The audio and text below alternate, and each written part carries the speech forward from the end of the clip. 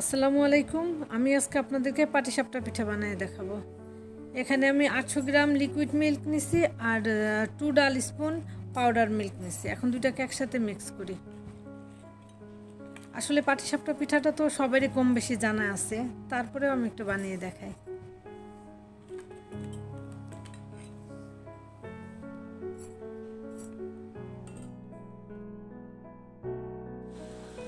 ডালের চামচের 1 চামচ দিচ্ছি চিনি। এটা অবশ্য যে যেমন মিষ্টি খান, আমরা মোটামুটি মিষ্টি খাই, তাই আমি 1 চামচ দিয়েছি।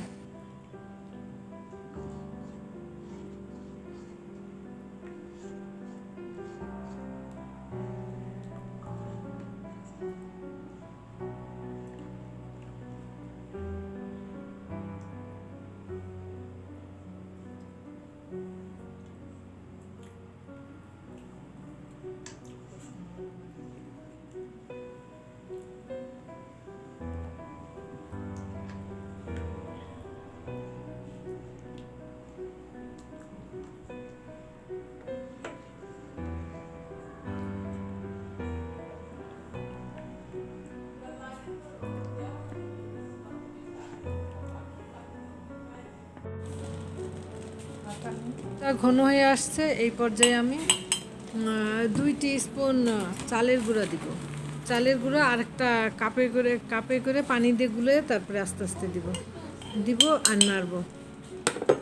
পানি দিয়ে ভালো করে গুলিয়ে নিই। মোটামুটি ঘন পর্যায়ে আস্তে আস্তে গুলাই।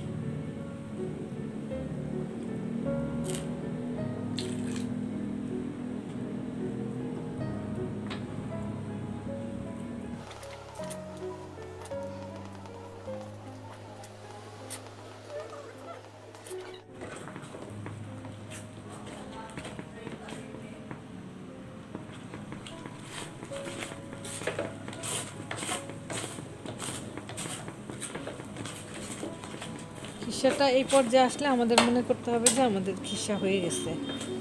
এখন অন্য একটা প্লেটে আমি খিসাটা বেড়ে নিই।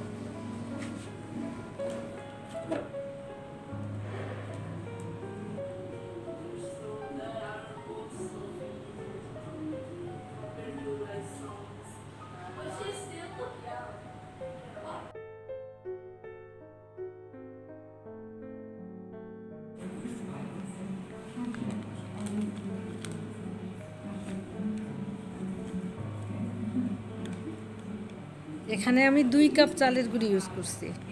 এটা প্যাকেটের চালের গুঁড়ি। 2 কাপ প্যাকেটের চালের গুঁড়ি।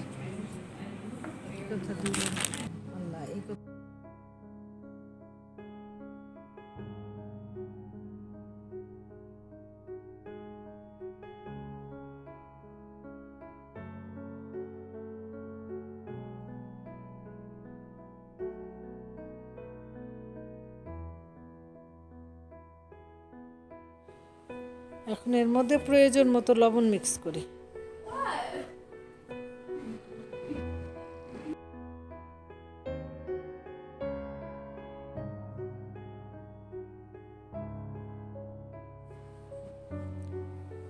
আর এর মধ্যে একটা ডিম দিই,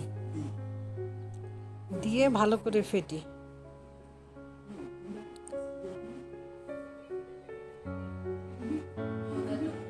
এরপর প্রয়োজন মতো পানি দিই, যতটুকু পানি লাগবে।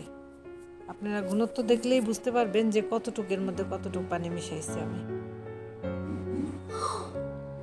এই যে ঘনত্বটা দেখেন, পানি মিক্স করছি, ঘনত্বটা এই পর্যায়ে। এরপরে আমি যেরকম মিষ্টি খান সেই রকম মিষ্টি দিবেন। আমি এখানে 2 টেবিল চামচেরও কম মিষ্টি দিয়েছি খেজুরের গুড়।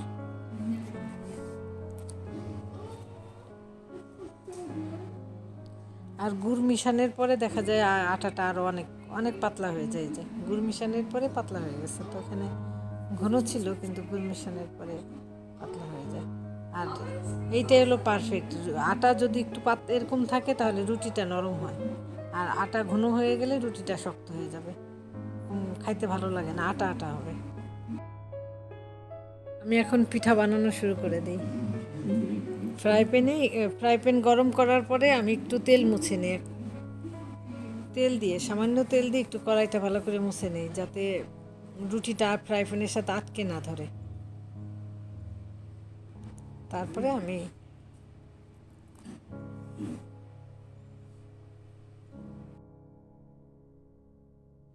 এইভাবে আমি সবগুলো পিঠা তৈরি করে নিই। আমার পিঠাগুলো অনেক নরম হয়েছে, অনেক। আর পিঠাতে একেবারে পূর্ণ করে খিসাটা দিই। যে যত খিসা দিবে পিঠাটা তত টেস্ট হয়। একদম আগাগোড়া ভরে পিঠাটা খিসাটা দিই।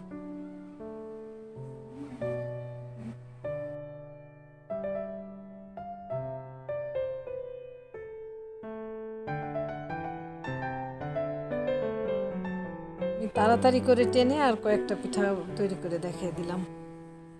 এইভাবে আমি সমস্ত পিঠাগুলো তৈরি করি।